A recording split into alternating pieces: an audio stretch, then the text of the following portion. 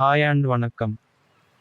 Director Arun பிரபு இயக்கத்தில் விஜய் ஆண்டனி நடிப்பில் சக்தி திருமகன் பட டிரெய்லர் இப்போ ரிலீஸ் ஆகிருக்கு உங்களுக்காக.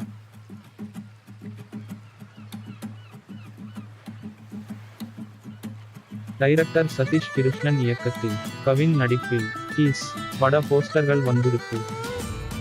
பட டிரெய்லர் நாளைக்கு ரிலீஸ் பண்றாங்க.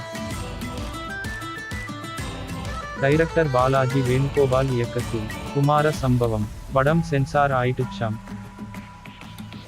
மிராய் படம் சென்சார் ஆயிட்டுச்சாம்.